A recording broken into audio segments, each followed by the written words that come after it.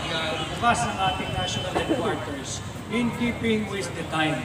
Alam kong maraming naghihirap at alam ko na ramdam ninyo yung kahirapang nadarama nating lahat. Patuloy ang pagtaas ng presyo ng mga pangunahing bilihin. Patuloy ang paglaganap ng higit na talamak na korupsyon. Alam din ninyo na ang mainit na usapin ngayon ay ang unconstitutional, immoral, illegal at invalid 2025 budget na pilit pinagtatakpan ng administrasyon ni Bongbong Marcos sa pamamagitan ng making impeachment complaint laban kay Vice President Inday Sara Duterte. Mahalaga na naiintindihan natin ang nangyayari sapagkat pera ninyo yung taonang budget na kanilang linalapastangan. Pera ninyo yan.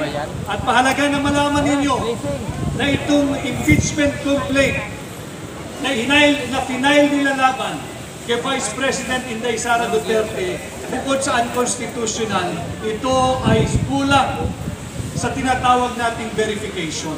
Hindi ito base sa kanilang personal knowledge. At nakikita natin na ito'y bahagi ng pagpapatuloy na political persecution na dinaranas ng maraming kritiko ng gobyerno ito.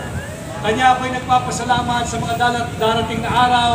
Tayo po ay iikot pa sa iba't ibang bahagi ng ating bansa at sana yung ating mga kababayan, pati sa ibang bansa, yung ating mga OFWs, yung ating mga Filipino migrants na nakalive po ngayon. Alam naman ninyo na tayo ay kandidatong independent at ang sabi ko nga, ang aking katapatan ay nasa Republika ng Pilipinas at ang nais kong kapartido at kaalyado at kasama ay kayo, sambayanang Pilipino. Kaya minamarapat natin na gawin ang pagsisinayang ito upang nang sa ganon makasama natin yung ating mga kababayan sa iba't ibang panig ng Pilipinas sapagkat ngayon ay naka-live tayo sa iba't ibang panig na meron din ganitong ginagawang pagkikilos.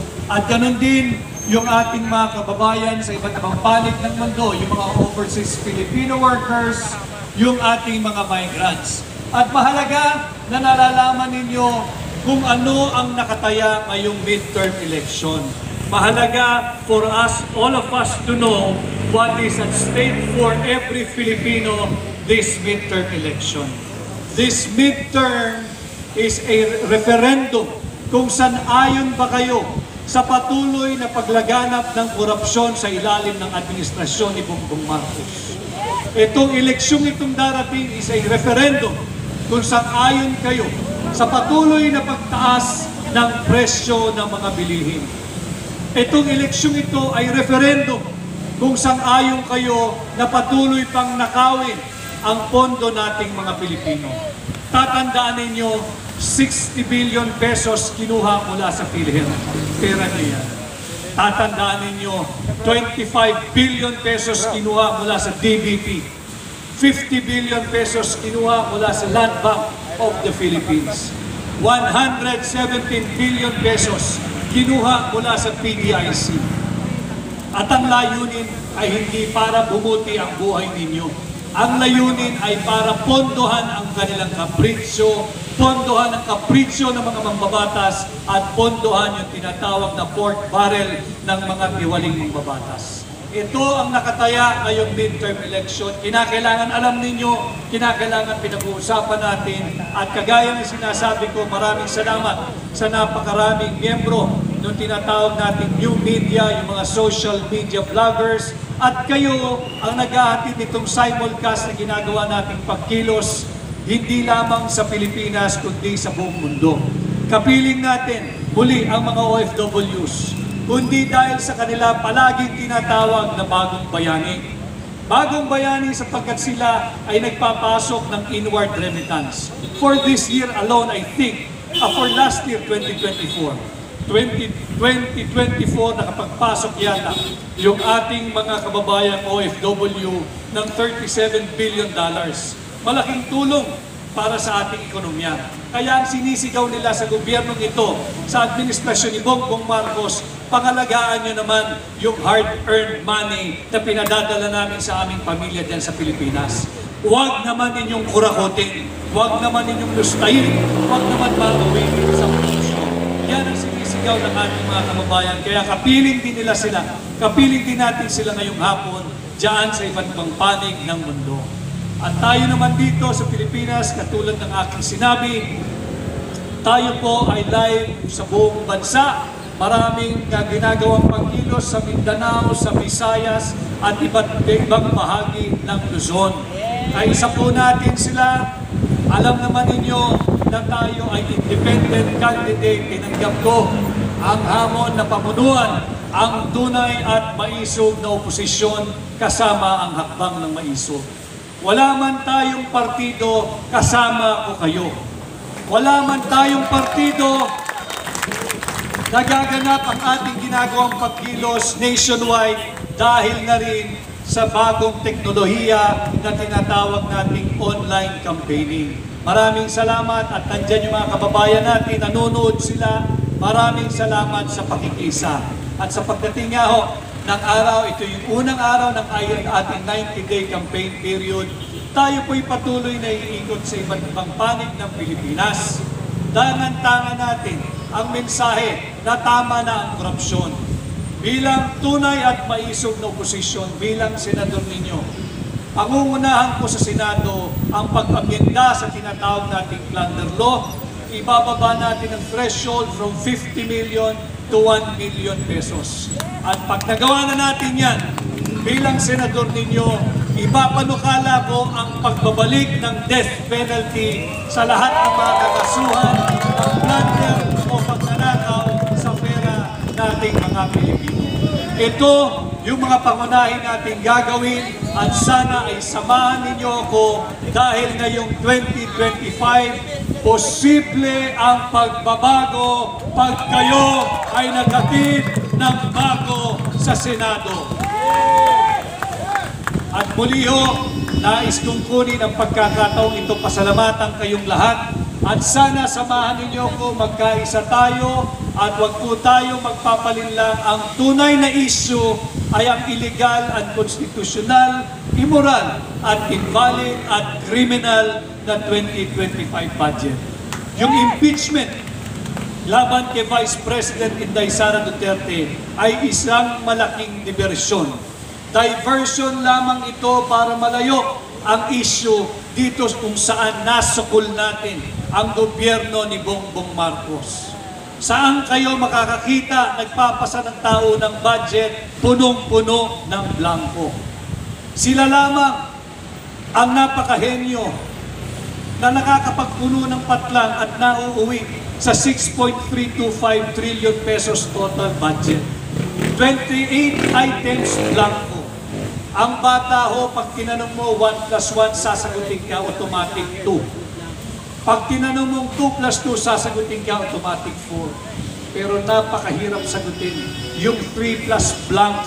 Paano ka nauwi sa 6.325 trillion pesos budget? Ganyan kahenyo ang mga tiwali at korap na mambabatas. Huwag tayong pumayag. Yung impeachment naman kay Vice President Inday Sara Duterte, patuloy ang political persecution. Kung ano-ano ang ginagawa nila at hindi makontento para malayo ang usapin dito sa corrupt, immoral, unconstitutional, criminal 2025 budget, nagsampa sila ng isang impeachment complaint na hindi man lang nila binasa. Pinagmamalaki nila 215 complainants ang pumirma sa loob ng 7 oras. You have to do the math. Kung babasahin ang complaint na yan, kada kongresista magbibigay ng 10 minuto. Sa 1 oras, 6 lang ang makakapirma.